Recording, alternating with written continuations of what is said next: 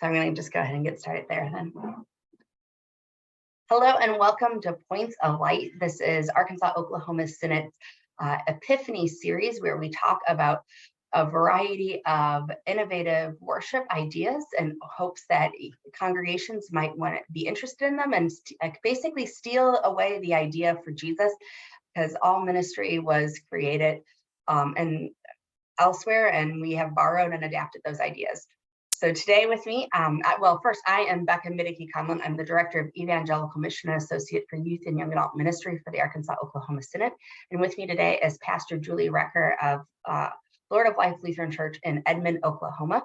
And she's here to talk about an idea that they've been doing for a little bit now called Pajamas and PJs.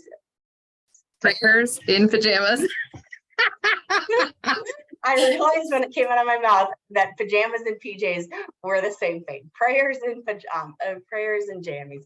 So, Pastor Julie, do you want to tell us a little bit about prayers and jammies and how it got started?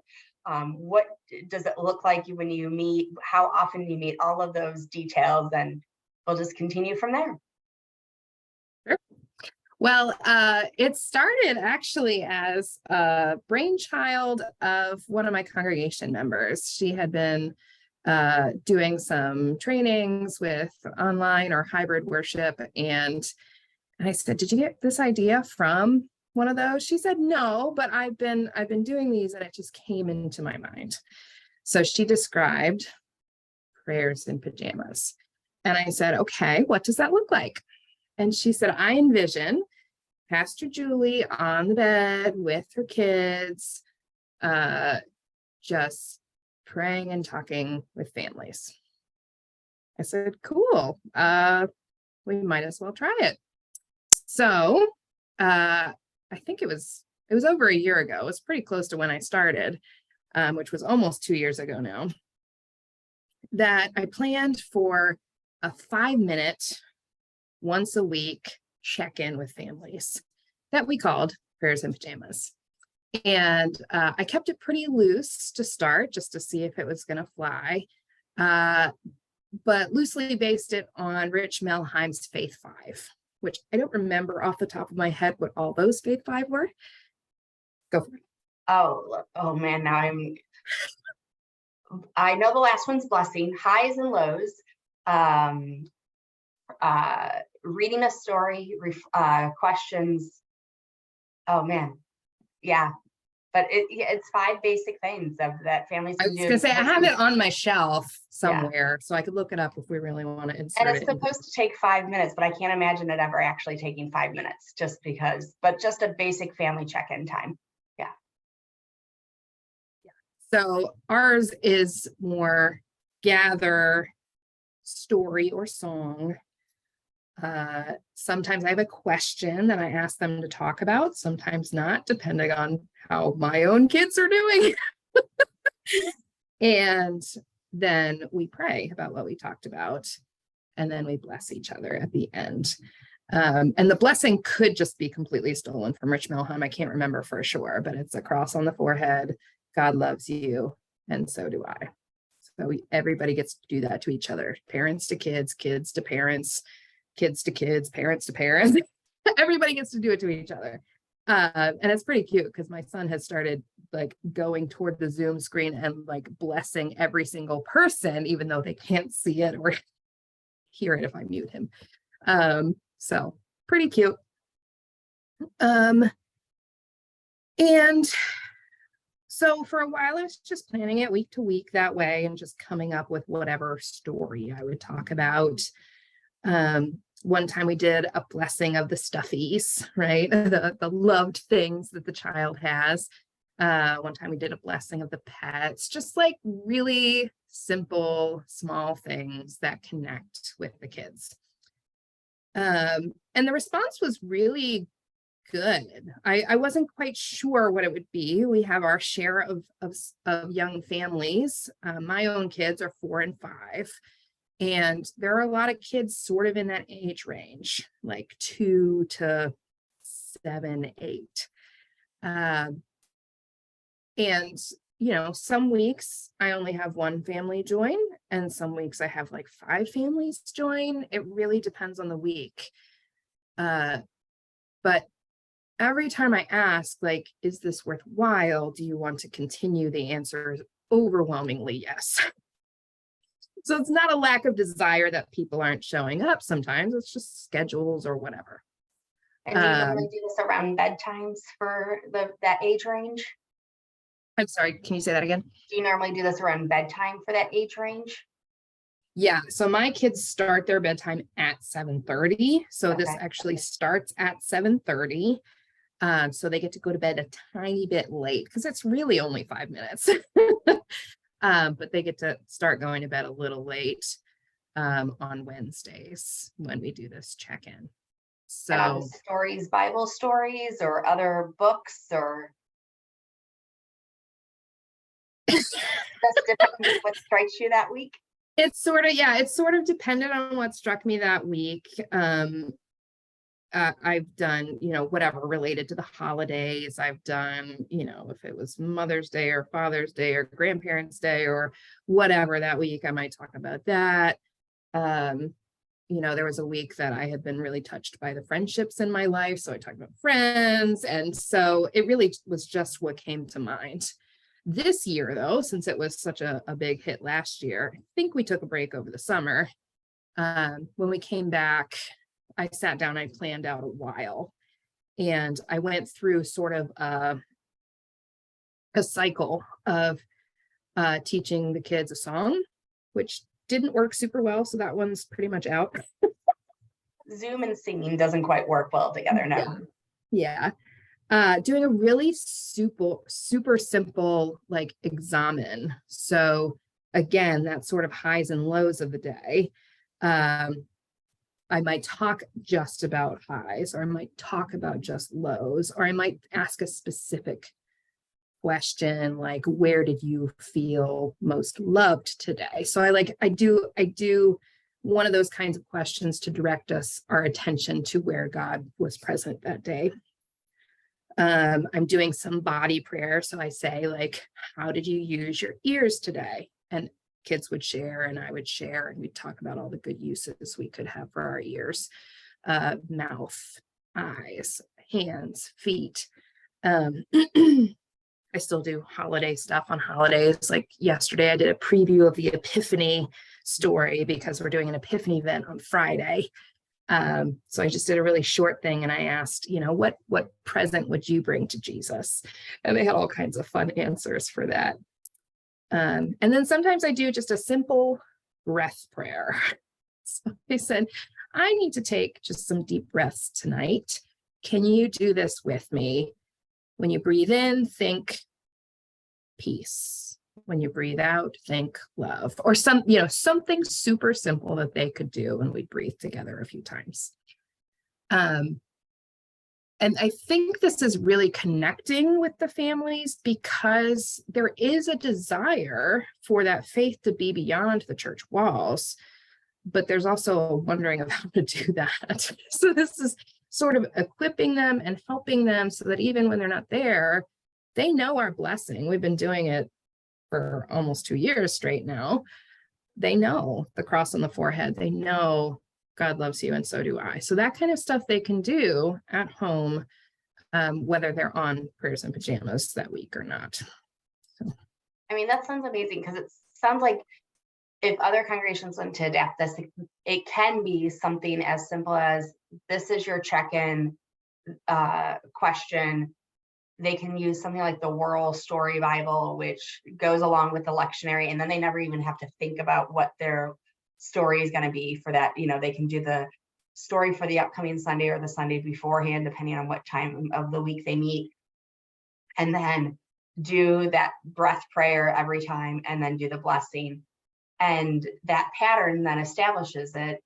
If you do it once a week on Zoom with the pastor, that maybe they'll start doing it twice a week or 3 times a week, or even nightly, just as a family. Because sometimes you need that model to start, like, what exactly does this look like? And Faith 5 is very, very simple, but sometimes just getting going is the hard part. So has there been any struggles with it at all? I mean, like at 7:30 on a Wednesday, I'm sure you get scheduling conflicts on occasion of people who want to have your like what do you do for like midweek Advent and Lent services then? Well, we haven't been doing those. Last year was still COVID-y time and we had pre-recorded stuff. So that pre-recorded stuff was ready to go. People could just watch it whenever they wanted. So it didn't interrupt that. This year, there just wasn't any interest in doing midweek stuff. So really the Prayers and Pajamas, because it is well established, it's a higher priority on my schedule, and other things will be bumped for it. Or if like I need to do something, then or I'm on vacation, I'll find one of the regulars to do it for me, because that's the other thing is it's so simple. It doesn't have to be the pastor. It's a wonderful, beautiful connection that I get with them midweek. So I don't want to give it up. But when I'm not there, it's not a disaster, right? people can pick it up and easily do it. And the other thing I was going to say is that it can also easily be adapted. It doesn't have to just be for families, right? It's the super simple things also work for adults. They work for youth, and you just don't talk about it in the same way, right? Your highs and lows will be different as youth or adults than they are as children. Yeah, with youth, you can call them your happies and crappies, which you don't do with kids. Like, yeah. So I like it because it's so low prep, and it's not a huge deal if it's a week that like everybody had a scheduling conflict and nobody was there. Yeah. That's only happened like twice. We do break sometimes for breaks, or I'll check ahead of time if people are traveling. I'll say, we had it this week, but we didn't have it the week before because most people were traveling. Years. Yeah. Okay. But yeah, I mean, it's a super simple thing, and it goes back to that piece in Deuteronomy that says, talk about this when you're at home and when you're away, when you lie down and when you rise. Talk about it with your children. It's not just for children, it's for the adults as well. And they get to engage with their families in this faith work at home, still checking in with pastor. So it's a real gift, I think, to all of us. That's excellent. That sounds like an amazing blessing to have. And I mean, it didn't start at the height of the pandemic. I mean, you started in March of 2021, right? So it was a year into the pandemic, maybe even a little bit more when this started. So it wasn't just a response to this, which means that congregations can start this in 2023, that they can start this at any time. And now that Zoom has become so much more a way that we communicate, I mean, we're doing it right now instead of, one of us having to drive down the turnpike between Oklahoma City and Tulsa in order to have this brief conversation. We're able to just do it on Zoom. Is something that any families can do. And then you can invite, like, whether it's grandkids that live across the country to join in, and that it's something that can happen. Those families that were maybe baptized at your congregation, but they live in other states because the parents grew up, or a parent grew up in the congregation. Now they live in a different state and they came back to have their child baptized, but haven't found a connection locally. Or just people who, reach out to those who were baptized within the last 5 years and 7 years and see if they're interested in joining in. It's Zoom. It's a simple thing. And the other thing about Zoom is you can turn off your own video if you aren't feeling it that day. So we have a family that regularly comes while kids are in the bath. So the video's off for them, but I can still hear them and they can still hear me. So yeah. Yes. And that's lovely. I mean, that even makes it more lovely. It's like it is the entire chaos of family life. And that's something that sometimes churches forget about, is just how chaotic life for families with young children can be at that like 7 to 9 o'clock time of like trying to get kids to bed. And yet that's also prime meeting time for churches. And so if you have if you have young kids, it's really hard to say, no, I can't commit to that weekly Bible study at 7 o'clock, because then every week I'm missing bedtime once a week and have to have my, my partner do it all, which can be difficult. So I love the joy of that, about just being there and being into it and allowing that chaos to happen. And I'm sure you get the kid who's having the meltdown and they have to mute themselves because the kid is throwing the tantrum that they don't want to wear that pajamas. They want to wear their other pajamas, which are in the wash, or, trying to find where the beloved stuffy is and the other one's not a good substitute. Like, and yet still love and bless that child at that moment and pray for them that they can find the right stuffy, or that, they realize that the other pajamas will make do, that they can still find rest. So it's beautiful. I love it. They see connection with me as well, because my children are melting down at the same time.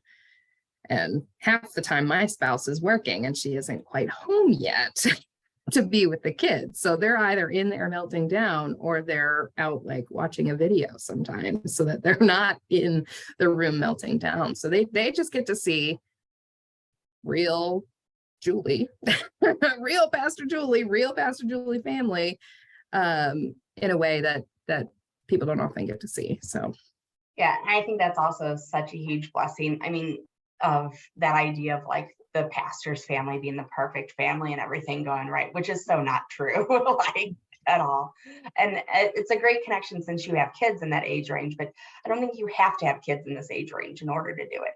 You just have to have a love for kids and a joy and a delight and want to connect. And it's a great thing that you guys are doing. And it sounds like it's been a blessing for 2 years, and it's not looking to stop anytime soon. So hopefully some other people will want to do some prayers and PJs for their congregations. If there are people who are interested and maybe just want to like observe once or twice to check it out, is there a way they can connect with you? Sure, they can email me, which I assume you can put wherever you post this, because it is ridiculously too long to spell out for you all right now.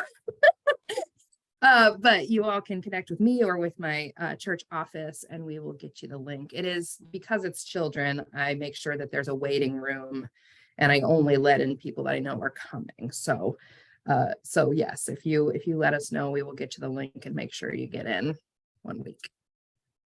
Good, that's wonderful. Thank you for opening the door, the electronic doors that way, so that maybe people want to observe. But again, so simple that I think most people just listening to this conversation has an idea. And it will, I'm also assuming that most of your pajamas and PJs last less time than this conversation has taken place in. So yeah, when they're really getting going, it's like 10 minutes.